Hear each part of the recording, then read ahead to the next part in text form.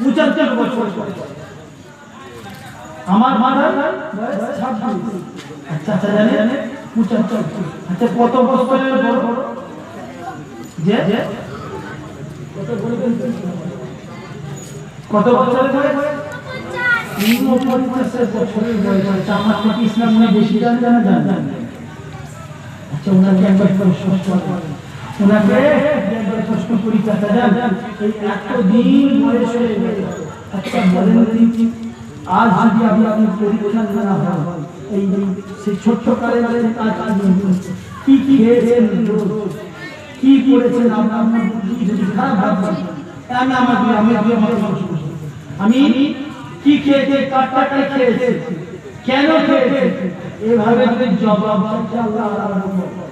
আমাকে বলা হয়েছে তুমি যা করেছো সব লিখে। আচ্ছা বলেন আমার কাছে বলে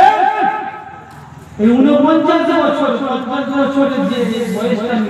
আমার থেকে বয়স তাহলে আমার যদি ক্যাসেট জাম কি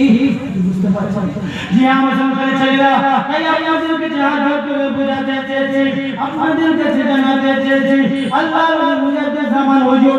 কিতাবে আমাদের স্পষ্ট করেছেন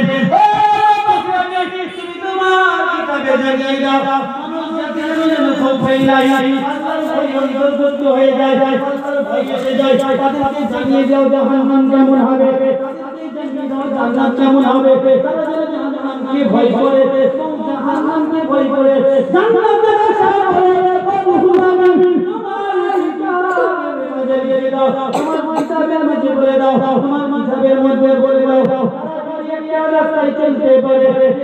রাজা করিমে নওয়াজ বিন রহমাতুল্লাহ আলাইহি বলেছে ওই রাস্তাটা সহজ বলে যায় আল্লাহর রাস্তা,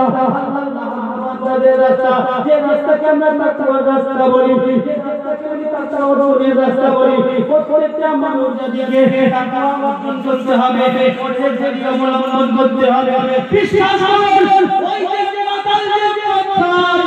আর আল্লাহর মধ্যে যে কথা কি পার্থক্য করা যাবে, ওই কুরআন শরীফে যান মাথায় টুপি দিয়ে হুজুর বসে থাকে ওদিকে, আপনিও মাথায় টুপি দিয়ে মসজিদে যান, কি আমার পার্থক্য রয়েছে, কেউ রয়েছে আমার মতো দাঁড়িয়ে রয়েছে, তুমিও মাথায় টুপি দেন, আপনিও মাথায় টুপি দেন, কুরআন শরীফের হুজুররা আপনার এলাকায় জলসা করে, ইমাম সাহেব জলসা করে, বুঝাতে চাইছি বিশ্বাস করুন আল্লাহ রাব্বুল আলামিন আমার